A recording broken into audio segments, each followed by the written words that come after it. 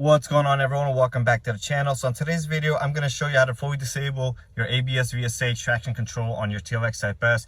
I've seen a couple guys ask me this, and a couple guys having a hard time on the dyno getting it to fully disable and a car to cooperate.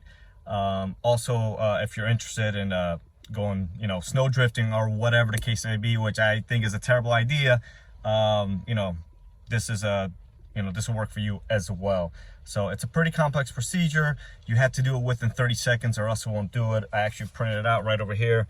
I'm gonna have this in the description below as well, so like that you guys could follow that description if needed. And you can use a combination of your brake pedal, all right, your parking brake switch, and your ABS VSA switch right over here.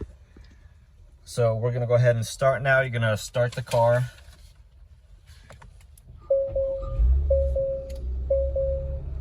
Obviously the switch, nothing is indicated. The lights will start flashing right over here. So now we're gonna apply the parking brake. Now we're gonna release the e-brake. Now on, off, e-brake on, release the brake pedal, VSA off, VSA on, hold the brake pedal, VSA off, VSA on. And there you go. As you can see, the secondary light is flashing, so both lights are on, and this would enable you now to spin the wheels freely 100%. So again, this would be helpful if you guys are trying to dyno the car, or if you're trying to do some nonsense and go drifting in the snow and do some donuts or whatever the case may be.